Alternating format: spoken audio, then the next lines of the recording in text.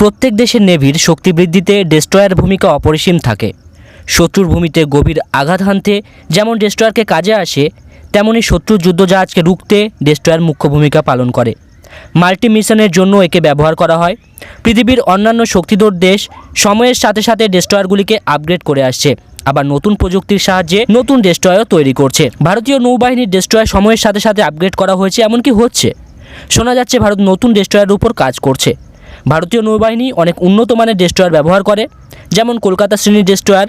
এছাড়াও বিশাখাপত্তনম শ্রেণীর ডেস্ট্রয়ারের উপরও কাজ করছে। 2024-এর মধ্যে এই বিশাখাপত্তনম শ্রেণীর সমস্ত ডেস্ট্রয়ার ভারতীয় নৌবাহিনীতে যুক্ত হওয়ার কথা আছে। তার মধ্যেই শোনা গেল নতুন এই ডেস্ট্রয়ারের ব্যাপারে। তো নতুন ডেস্ট্রয়ারটি কেমন হবে সবকিছু জানতে গেলে ভিডিওটি প্রথম থেকে শেষ পর্যন্ত অবশ্যই দেখতে হবে। নমস্কার বন্ধুরা, আমি ঈশানু আর আপনারা দেখছেন বাংলা ডিফেন্স আপডেট ও অ্যানালাইসিসের ভরসাযোগ্য ইউটিউব চ্যানেল, যার নাম ইম্প্যাশিয়েন্ট ঈশানু। যদি আপনি একজন ডিফেন্স লাভার হয়ে থাকেন তাহলে ডিফেন্স আপডেট ও তার অ্যানালাইসিস পাওয়ার জন্য আমার চ্যানেলটি সাবস্ক্রাইব করে পাশে থাকা নোটিফিকেশন বেল আইকনটি প্রেস করে অল নোটিফিকেশন সিলেক্ট করে নেবেন। ফলে যখনই আমি কোনো ভিডিও আপলোড করব তার নোটিফিকেশন আপনাদের কাছে সবার আগে পৌঁছে যাবে। প্রজেক্ট 18-এর মাধ্যমে নতুন ডেস্ট্রয়ারটি তৈরি করা হবে। প্রজেক্ট 18-এর মাধ্যমে যে ডেস্ট্রয়ারটি তৈরি করা হবে তা সম্পূর্ণভাবে দেশীয় প্রযুক্তি ব্যবহার করা হবে।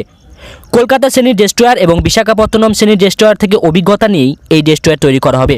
এটি তৈরি করবার জন্য কলকাতা শিপইয়ার্ড, ম্যাজাগন ডক এবং এল&টি একসাথে কোলাবোরেশন করে এটি বানাবে। এতে লাগানো হবে সমস্ত দেশীয়ভাবে তৈরি জিনিসপত্র। এই ডেস্ট্রয়ার সম্বন্ধে বেশি কিছু এখনও জানা যায়নি, তবে যেগুলি জানা গেছে সেগুলি আপনাদের সঙ্গে শেয়ার করছি।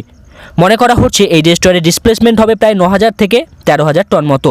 এতে লাগানো হবে অ্যাডভান্স AES র্যাডার এবং পেসার র্যাডার, যার রেঞ্জ বর্তমানে ব্যবহৃত র্যাডারের রেঞ্জের তুলনায় বেশি হবে, এবং মাল্টিব্যান্ড র্যাডারও হবে। এছাড়াও এই ডেস্ট্রয়ারে আরও একটি এক্স ব্যান্ড অপট্রনিক মাস ডিটেক্টর র্যাডার থাকবে। সব র্যাডার ভারত নিজেই তৈরি করবে এবং এগুলি তৈরি করতে সাহায্য করবে DRDO এবং ভারত ইলেকট্রনিক্স একসাথে।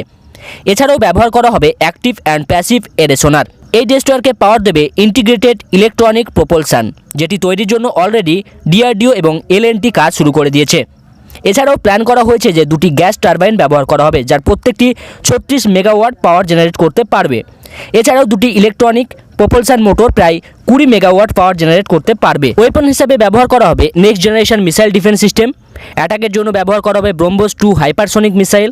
এছাড়াও ব্যবহার করা হবে রেল গান এবং লেজার ওয়েপন মতো অ্যাডভান্স সিস্টেম। প্রজেক্ট 18-এর মাধ্যমে যে ডেস্ট্রয়ারটি তৈরি করা হবে তার সম্ভাব্য লঞ্চ ডেট মনে করা হচ্ছে 2028-এ। তো প্রজেক্ট 18-এর মাধ্যমে তৈরি হওয়া ডেস্ট্রয়ার ভারতীয় নৌবাহিনীতে যুক্ত হতে অনেক সময় লাগবে। তো যুক্ত হওয়ার পর নিঃসন্দেহে ভারতীয় নৌবাহিনীর ক্ষমতা বেড়ে যাবে। বন্ধুরা, আজকে ভিডিওটি এই পর্যন্ত। দেখা হবে নতুন একটি ভিডিওতে নতুন টপিকের সাথে। ততক্ষণে সবাই ভালো থাকবেন, সবাইকে ভালো রাখবেন। ধন্যবাদ। জয় হিন্দ।